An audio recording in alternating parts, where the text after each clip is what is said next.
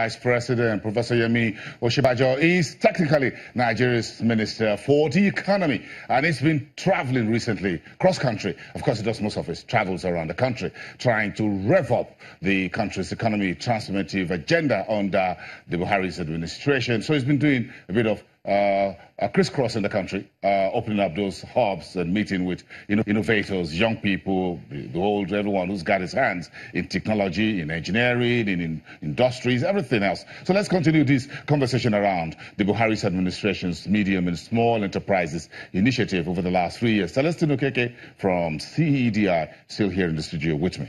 Celestine, you've seen the Vice President crisscross the country on this, what they call the tech hubs.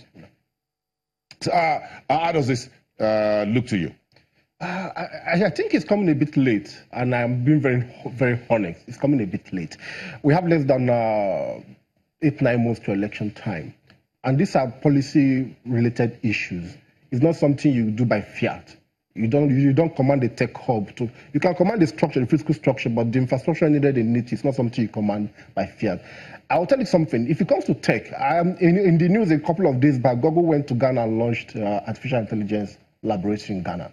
And people are wondering why not Nigeria, why Ghana? And I'll tell you something. The cost of internet in Nigeria is still very high, And because the cost of internet is high, people are not able to experiment as much as they ought to experiment to learn ICT skills. So when you build a tech hub, the question now is, are we going to keep subsidizing its usage by the government? Will government keep making it cheaper for people to use? So the tech hubs are good. They will drive ICT development in Nigeria, but will they drive it as much as it's needed, which is a challenge? So we need to go back to the foundation of why are we not growing in ICT in Nigeria. One of it is our level of the standard of education in Nigeria. Across several universities in Nigeria, as we speak to date, people who study computer science, electrical engineering are still being taught knowledge that we used 10, 15 years back. And the bulk of those guys who are doing well in IT today are those who are getting support from foreign-sponsored organizations in Nigeria. Now, the question is, if I get a U.S. company to fund a tech hub for me in Nigeria, where would the work go to? It would go to places defined by the foreign organization. Why would they do so? Because they are the ones financing further knowledge for these graduates.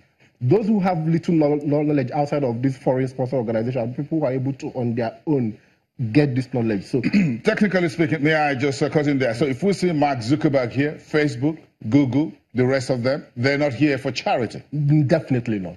So while we are happy they are here in Lagos, Abuja, wherever it is, we should be thinking of our own. People like the Chinese. How do we grow our own tech system in Nigeria that is not dependent on knowledge from US, from UK, maybe from China or elsewhere? Including funding. How do we grow our infrastructure so that we don't have to depend on depend on broadband that is not penetrating as much as it needs to penetrate?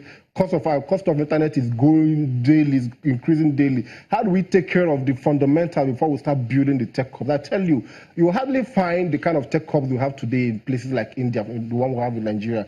It has gotten to an extent where I can sit back in my house. I need to learn a programming, a software language. All I need to do is to go on YouTube for 2, 3, 4 hours. I can afford it. It's not expensive. But in Nigeria here, you need to sign up to one tech hub that is funded from somewhere else. The knowledge you are getting from there is managed and controlled.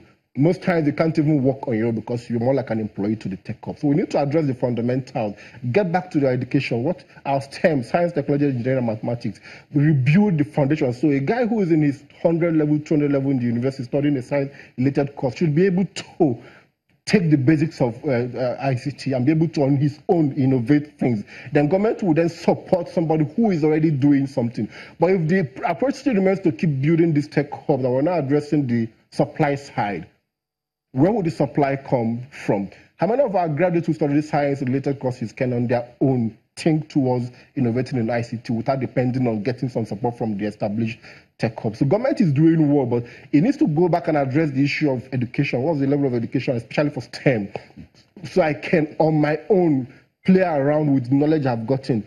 Somebody told me that in some university in Nigeria, they still teach computer science with the same handout they used 6, 7, 8 years ago. And that's not profitable. It won't pay us.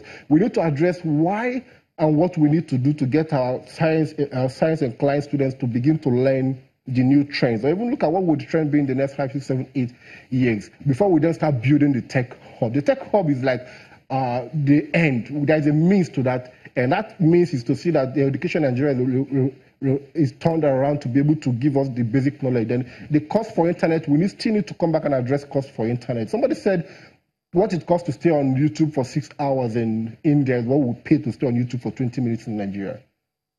Yeah. So exchange rates, naira value, everything put together. So by the time you see the guy in India, he can stay 12 hours learning one skill on YouTube. And paying so little. But try it in Nigeria here, your data runs out in one day. So the alternative for you is to go sign up to a tech hub funded from a foreign source. The knowledge is not ours. The profit for that, whatever comes from it, is not ours. We're going down the ladder, as it were, from the big MSMEs. Then the government looks like it's now hitting the man on the street with what you call this microcredit scheme, which is empowering people with 5,000, 10,000 naira. It's called, the first was called market money. Then the vice president yesterday says there's going to be trader money. In as much as I like to say the vice president is doing so well, I also like to point out some fundamental things we need to get right. The Jeep market money is not doing well. So I thought we would have put so much effort. That's the GEEP. GEPP. Yes. We ought to have finished with that and say, okay, we have finished with Jeep. We've met and satisfied the needs of, say, 100,000. What exactly was Jeep? Explain it, 1 minute. I've forgotten the food. There are so many begin to lose count. Entrepreneurship program. Managed by a bank of interest at some point. Yes. At some other point, it came back to the vice president's office. We ought to have driven Jeep to the point where we say, oh, we have met and satisfied the financial needs for 100,000 market women in Nigeria. Now we want to move to the next segment. But in a situation where we're running Jeep and we're bringing in trader money, question now is why? What's the difference between Jeep and trader money? And what is market money? Which is the Jeep?